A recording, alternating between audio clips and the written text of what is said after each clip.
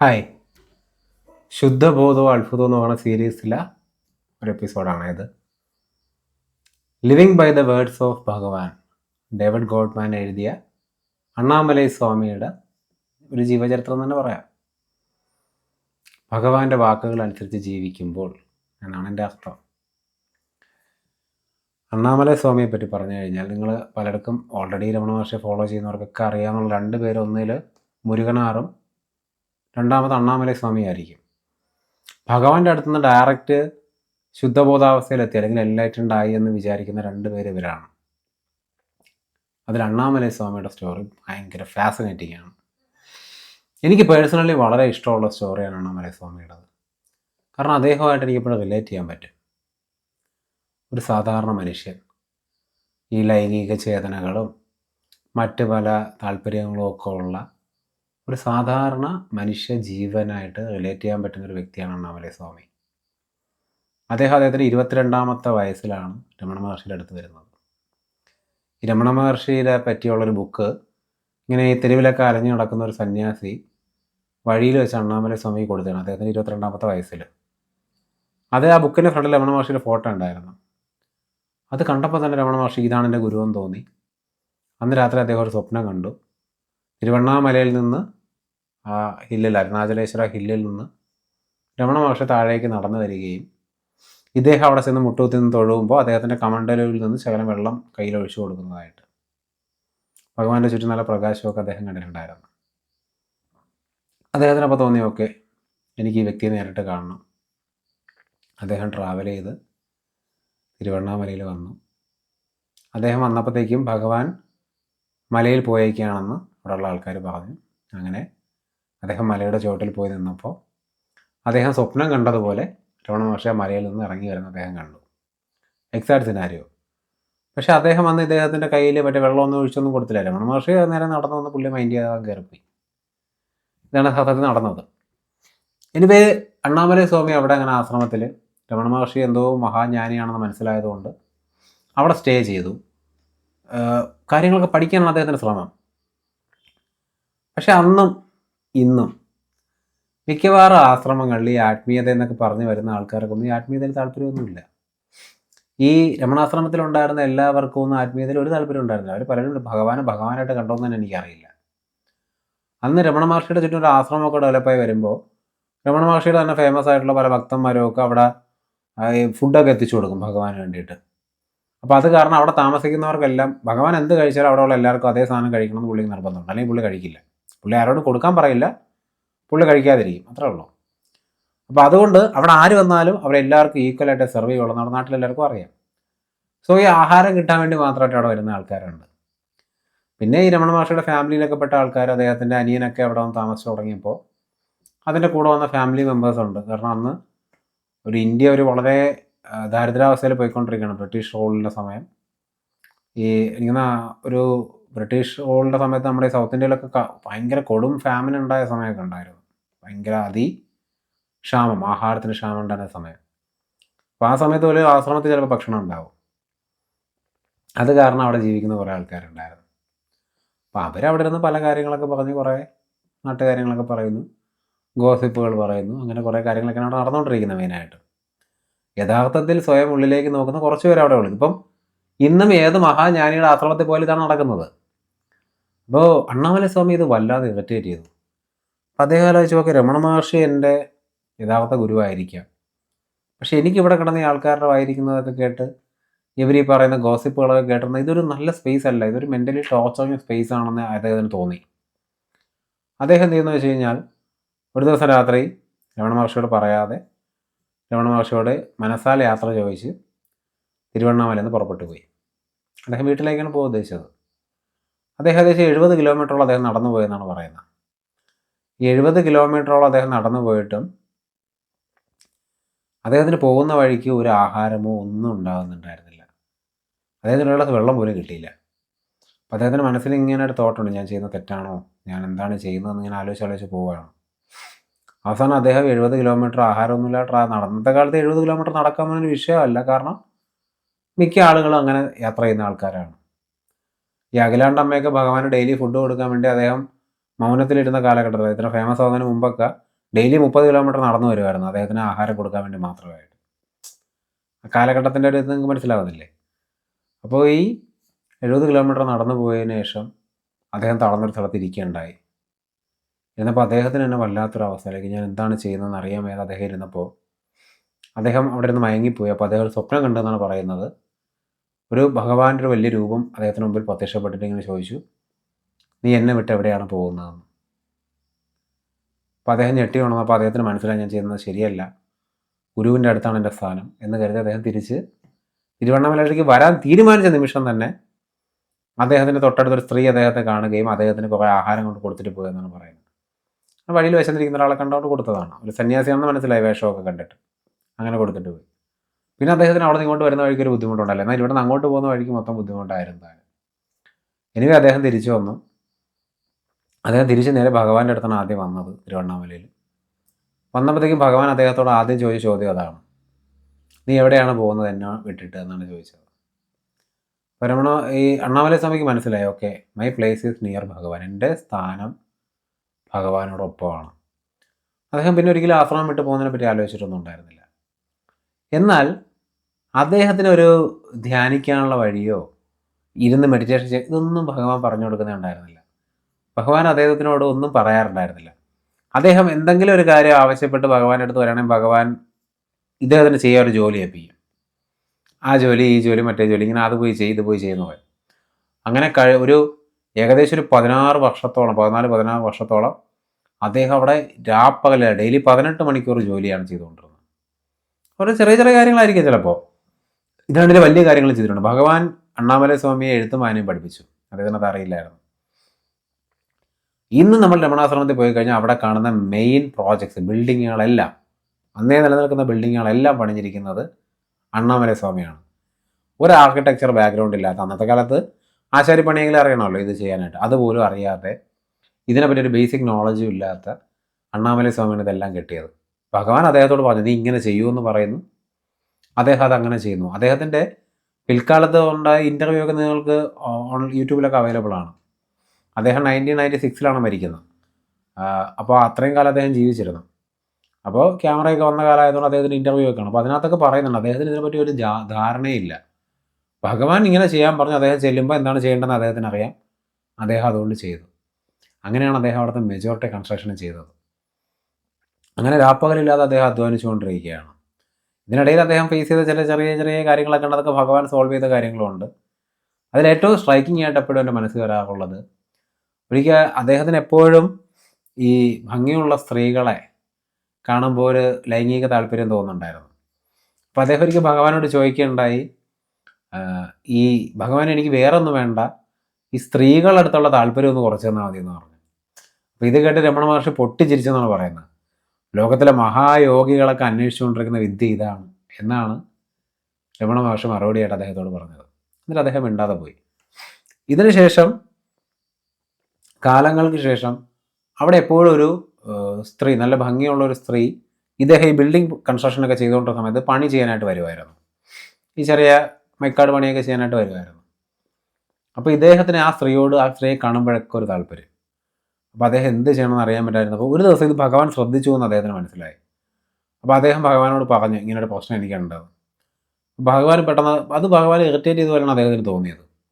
അപ്പോൾ ഇത്രയും കാലമായിട്ട് നീ നിന്ന് പുറത്ത് വന്നില്ലേ എന്നുള്ള രീതിയിലാണ് ഭഗവാൻ അദ്ദേഹത്തെ നോക്കിയത്. എന്നിട്ട് ഭഗവാൻ ഇദ്ദേഹത്തോട് പറഞ്ഞു നീ ആ പാറപ്പുറത്ത് പോയിരുന്നില്ലെന്ന് പറഞ്ഞു.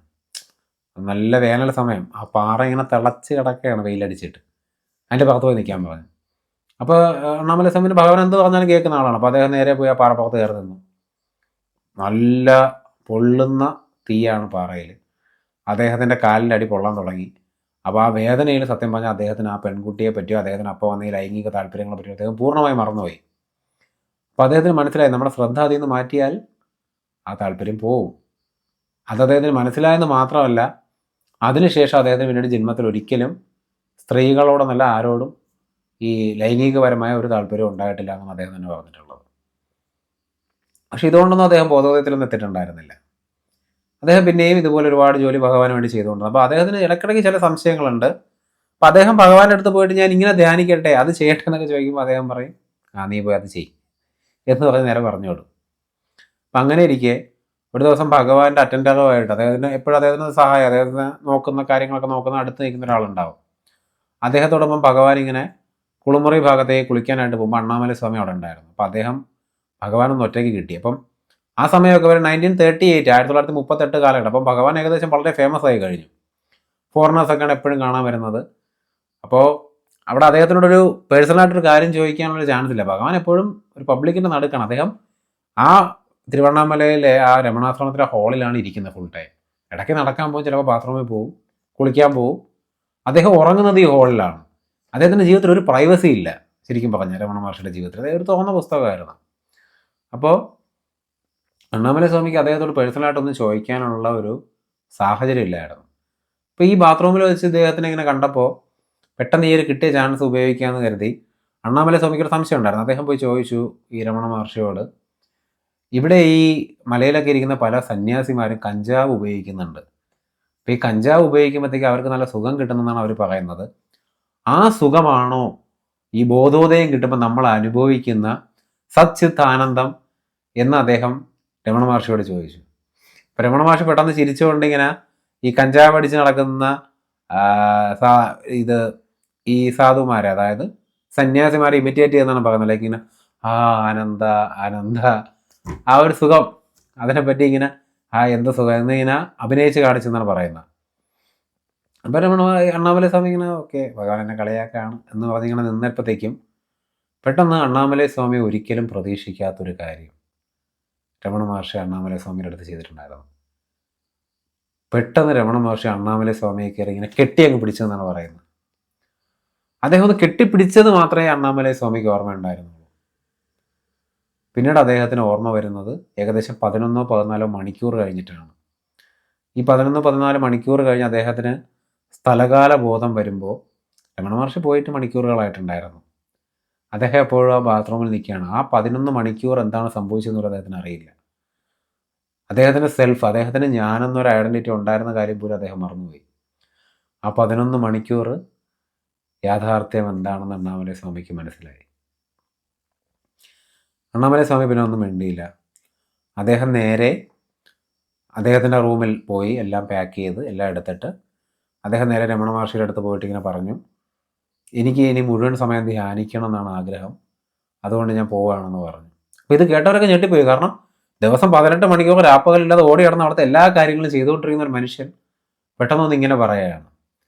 പക്ഷെ ഭഗവാൻ മാത്രം ഒന്നും വേണ്ടിയില്ല. അദ്ദേഹം ചിരിച്ചിട്ട് പറഞ്ഞു, ശരി നീ പൊയ്ക്കോന്ന് പറഞ്ഞു. അപ്പം അണ്ണാമലൈ സ്വാമിക്ക് എവിടെ പോകണം എന്ത് ചെയ്യണം ഒരു ഐഡിയ ഇല്ല. അദ്ദേഹം അവിടെ നിന്ന് ഇറങ്ങി പുറത്തുനിന്ന് എന്താണ് ചെയ്യേണ്ടത് ഒരു ഐഡിയ ഇല്ലാതെ അദ്ദേഹം പോകുമ്പോൾ അന്ന് അവിടെ ഉണ്ടായിരുന്ന രമണ മഹർഷിയുടെ മറ്റൊരു ഭക്തൻ, അദ്ദേഹം അവിടെ ഒരു വീട് നിർമ്മിച്ചിട്ടുണ്ടായിരുന്നു. ഒരു ചെറിയ കുടിൽ പോലെ, അന്നത്തെ കാലത്തെ വീടുകളൊക്കെ നിങ്ങൾക്ക് അറിയാമായിരിക്കുമല്ലോ. ആ വീട് ഉപേക്ഷിച്ച് അദ്ദേഹം ദൂരോട്ട് എവിടേക്ക് പോവുകയായിരുന്നു. അണ്ണാമലൈ സ്വാമി ഇങ്ങനെ ധ്യാനിക്കാനായിട്ടൊരു സ്ഥലം അന്വേഷിച്ച് പുറത്തേക്ക് പോവാണ്, ഇവിടെ ആശ്രമത്തിൽ നിന്ന് വിട്ടു പോവാണെന്ന് എല്ലാവരും പറഞ്ഞ്. അപ്പോൾ അവിടെ തന്നെ അന്നത്തെ കാലം അറിയാമല്ലോ, എല്ലാം ന്യൂസ് ചാനലിനെക്കാളും ഫാസ്റ്റായിട്ട് എല്ലാവരും അറിയുന്നൊരു കാലഘട്ടമാണ്. അപ്പോൾ ഇത് അറിഞ്ഞപ്പോഴത്തേക്ക് അദ്ദേഹം അണ്ണാമലൈ സ്വാമിയോട് ഒന്ന് പറഞ്ഞു, ഞാനിപ്പോൾ ഇവിടെ നിന്ന് പോവാണ്, താങ്കൾ ഇവിടെ താമസിച്ചോളൂ, അപ്പോൾ ഈ വീട് നോക്കാൻ ഒരാളായല്ലോ എന്ന് ഇങ്ങനെ പറഞ്ഞു. അണ്ണാമലൈ സ്വാമി പറഞ്ഞു ഓക്കെ സന്തോഷം എന്ന് പറഞ്ഞാൽ അദ്ദേഹം അവിടെ പോയി ധ്യാനിക്കാൻ തുടങ്ങി. അദ്ദേഹം ഡീപ്പായിട്ടാണ് മെഡിറ്റേഷൻ ചെയ്യുന്നത് മനസ്സിലായ രമണ മഹർഷിയുടെ തന്നെ മറ്റൊരു ഭക്തൻ അദ്ദേഹത്തിന് 3 നേരം ഭക്ഷണവും കൊണ്ട് കൊടുക്കുമായിരുന്നു. അദ്ദേഹം എനിക്കൊന്ന് 1938 മുതൽ 42 വരെ 4 വർഷം തുടർച്ചയായിട്ട് ആ വീട്ടിൽ നിന്ന് പുറത്തു പോലും പോകാതെ ധ്യാനത്തിലുണ്ടായിരുന്നു. ഇടയ്ക്കിടയ്ക്ക് ഭഗവാനെ കാണാൻ വരും, എന്നാലും ധ്യാനത്തിലായിരുന്നു. പക്ഷേ 1942 രമണ മഹർഷി അണ്ണാമലൈ സ്വാമി ഒരു ദിവസം അദ്ദേഹത്തിൻ്റെ വീട്ടിൽ പോയി കണ്ടു പറഞ്ഞു, നീ ഒന്ന് വരണമെന്ന് പറഞ്ഞു വിളിച്ചുകൊണ്ട് വന്നു. എന്നിട്ട് പറഞ്ഞു അവിടെ അപ്പോൾ ഈ രമണാശ്രമത്തിൽ ഒരു ആശുപത്രി ഉണ്ടാവണം, ഒരു ഡിസ്പെൻസറി വേണമെന്നൊരു ആവശ്യം ഉന്നയിച്ചു വരുന്നൊരു സമയമാണ്. അപ്പോൾ അദ്ദേഹം അണ്ണാമലൈ സ്വാമിയോട് പറഞ്ഞു, ഈ ഒരു കെട്ടിടം നീ കെട്ടണം എന്ന് പറഞ്ഞു. അണ്ണാമലൈ സ്വാമി ഒരിക്കലും ഭഗവാനോട് നോ എന്ന് പറഞ്ഞിട്ടില്ല. അദ്ദേഹം പറഞ്ഞു ഓക്കെ ഞാൻ ചെയ്യാം. അപ്പോൾ അദ്ദേഹത്തിന് റിട്ടയർമെൻറ്റ് ചെയ്ത് തിരിച്ചു വന്ന് ആ ഒരു കൺസ്ട്രക്ഷൻ വളരെ ഫാസ്റ്റായിട്ട് അദ്ദേഹം ചെയ്തു തീർത്തു. അപ്പോൾ ആ കൺസ്ട്രക്ഷൻ്റെ പണി മൊത്തം ചെയ്ത് തീർന്ന നിമിഷത്തിൽ രമണ മഹർഷി അണ്ണാമലൈ സ്വാമിയുടെ അടുത്ത് പറഞ്ഞു എന്നാണ് പറയുന്നത്, നിൻ്റെ കർമ്മം കഴിഞ്ഞു, നിൻ്റെ ജോലികളെല്ലാം അവസാനിച്ചു എന്നാണ് പറഞ്ഞത്. അത് കഴിഞ്ഞ് അണ്ണാമലൈ സ്വാമി തിരിച്ചുപോയി. അപ്പം അണ്ണാമലൈ സ്വാമി പിന്നീട് ഭഗവാൻ ഏജ്ഡായി വരുന്നു, അദ്ദേഹത്തിന് വയസ്സാവുമ്പോഴൊക്കെ അദ്ദേഹത്തിന് ഒരു വെമ്പലാണ്. കാരണം ഭഗവാനോടൊരു ഭയങ്കര സ്നേഹം. അപ്പോൾ ഭഗവാന് വയ്യാതാവുന്നു, അദ്ദേഹത്തിൻ്റെ ശരീരം നശിക്കുന്നു എന്ന് അറിയുന്നത് അണ്ണാമലൈ സ്വാമി ഇടയ്ക്കിടയ്ക്ക് ഭയങ്കര വിഷമിപ്പിക്കും. അപ്പോൾ അദ്ദേഹം ഇടയ്ക്ക് ഭഗവാനെ കാണാൻ ഇടയ്ക്കിടയ്ക്ക് പോകും. അപ്പോൾ ഭഗവാൻ ഇത് കാണുമ്പോൾ ദേഷ്യം വരും. ഭഗവാൻ നീ ഇപ്പോഴും ഈ ശരീരത്തെ പറ്റി ആലോചിച്ച് വറീഡായിക്കൊണ്ടിരിക്കുകയാണെന്നാണ് ഭഗവാൻ ചോദിച്ചത്. നീ ഇപ്പോഴും മനസ്സിലാക്കിയില്ലേ എന്ന് അദ്ദേഹം ചോദിച്ച് പൊട്ടിത്തെറിച്ച സമയമുണ്ട് അണ്ണാമലൈ സ്വാമിയോട്. പിന്നെ അണ്ണാമലൈ സ്വാമിയെ ഭഗവാൻ വിലക്കി, നീ ഇനി ഇവിടെ വരണ്ട, നീ ഇനി എന്നെ കാണാൻ വരേണ്ട കാര്യമില്ല എന്ന് പറഞ്ഞു വിട്ടിട്ടുണ്ടായിരുന്നു. പിന്നെ എനിക്കൊണ്ട് രമണ മഹർഷി മരണപ്പെടാവുന്ന സമയത്താണ് അണ്ണാമലൈ സ്വാമി അദ്ദേഹത്തെ കാണാൻ വരുന്നത്. ഒരല്പനേരം ഒരുമിച്ചിരുന്നിട്ട് അദ്ദേഹം വീണ്ടും മടങ്ങിപ്പോയി. പിൽക്കാലത്ത് 1950 രമണ മഹർഷി മരണപ്പെടുകയുണ്ടായി. 1906 ആണ് 1906 നമ്മുടെ 1906 ഒന്നിനാണെന്ന് എനിക്ക് ഓർമ്മ കിട്ടുന്നില്ല, അണ്ണാമലൈ സ്വാമി ജനിച്ചത്. എന്തായാലും രമണ മഹർഷി 1950 തൻ്റെ 70ാമത്തെ വയസ്സിലാണ് മരണപ്പെടുന്നത്. അണ്ണാമലൈ സ്വാമി അദ്ദേഹത്തിൻ്റെ 96ാമത്തെ വയസ്സ് വരെ ജീവിച്ചിരുന്നു. അതിനുശേഷമാണ് അദ്ദേഹം മരണപ്പെടുന്നത്. ഏകദേശം ഒരു 2000 അടുത്ത് 1996 7 ഒന്നാണ് അദ്ദേഹം മരിക്കുന്നത്. ആ സമയത്തൊക്കെ അദ്ദേഹം കൊടുത്ത ഇൻ്റർവ്യൂ, അതിന് മുമ്പ് അദ്ദേഹത്തിന് ആ സമയത്ത് അദ്ദേഹം വളരെ ഫേമസ് ആയി കഴിഞ്ഞിരുന്നു. കാരണം അണ്ണാമലൈ സ്വാമി ബോധോദയം നേടിയെന്ന് അദ്ദേഹത്തെ കണ്ട ഏതൊരു മനുഷ്യൻ തിരിച്ചറിയാൻ സാധിക്കുമായിരുന്നു. അപ്പോൾ അദ്ദേഹത്തിൻ്റെ ചുറ്റിനും ഒരു ആശ്രമം ഇങ്ങനെ വളർന്നു വരുന്നുണ്ടായിരുന്നു. അണ്ണാമലൈ സ്വാമിയുടെ പേരിലൊരു ആശ്രമം, രമണാശ്രമത്തിന് തൊട്ടടുത്താണ്, അതിപ്പോഴും ഉണ്ട് അവിടെ. പക്ഷേ അണ്ണാമലൈ സ്വാമി ഒരിക്കലും ഒരു ഗുരുവായില്ല. രമണ മഹർഷിയെ പോലെ ആയതേ ഉണ്ടായിരുന്നില്ല. രമണ മഹർഷിയുടെ അതേ ബോധാവസ്ഥയിലെത്തിയ വ്യക്തിയാണ് അണ്ണാമലൈ സ്വാമി. പക്ഷെ അദ്ദേഹം ഗുരുവൊന്നും ആയില്ല. അദ്ദേഹം അവിടെ ഇരുന്നു. അദ്ദേഹത്തിന് 1-2 ശിഷ്യന്മാരുണ്ടായി, അദ്ദേഹത്തിൻ്റെ കാര്യങ്ങളൊക്കെ നോക്കുന്ന 2 പേര്. അതിൽ കൂടുതൽ ആൾക്കാർ അദ്ദേഹം അങ്ങോട്ട് ആരെങ്കിലും ആ ആശ്രമത്തിൽ വന്നാൽ ഭഗവാന്റെ ഈ ഒരു ആത്മവിചാരം തുടങ്ങിയ ടീച്ചിങ്ങുകളെ പറ്റി എന്തെങ്കിലും ഒരു ചോദ്യം ചോദിച്ചാൽ അദ്ദേഹം മറുപടി കൊടുക്കും. എന്നാൽ ചോദ്യം കഴിഞ്ഞിട്ട് അദ്ദേഹത്തിനെ ഗുരുവാക്കി കാണാനോ അവിടെ ഇരുന്ന് ധ്യാനിക്കാനോ അദ്ദേഹം ആരെയും സമ്മതിച്ചിരുന്നില്ല. അപ്പം അദ്ദേഹം ചോദ്യത്തിന് ഉത്തരം ഒരാളുടെ അടുത്ത് പറഞ്ഞു കഴിഞ്ഞാൽ അദ്ദേഹം അവിടെ ഇരുന്നാൽ അദ്ദേഹം പറയില്ല, പോയിക്കോളൂ, നിങ്ങൾക്ക് ധ്യാനിക്കണമെന്നുണ്ടെങ്കിൽ ഭഗവാന്റെ അടുത്തേക്ക് പോകുമെന്ന് പറയും. രമണാശ്രമത്തിലേക്ക് പോകുമെന്നാണ് അദ്ദേഹം പറയുന്നത്. അങ്ങനെയാണ് അദ്ദേഹം അവിടെ ജീവിച്ചത്. പക്ഷേ രമണ മഹർഷിക്ക് ശേഷം ആത്മവിചാരം തുടങ്ങി രമണ മഹർഷിയുടെ ആ ഒരു ശുദ്ധബോധാവസ്ഥയുടെ സത്യത്തെപ്പറ്റി കൃത്യമായി മറുപടി കൊടുക്കാൻ കഴിയുന്ന ഒരു വ്യക്തി ജീവിച്ചിരുന്ന അദ്ദേഹമാണ്.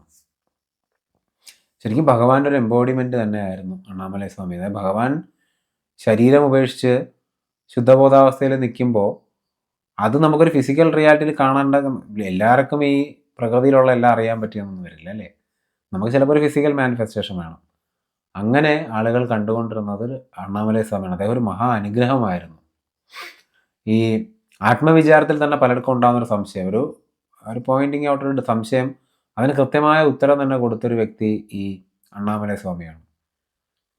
എനിവേ, അദ്ദേഹത്തിൻ്റെ കഥ എനിക്ക് വളരെ ഇഷ്ടമാണ്.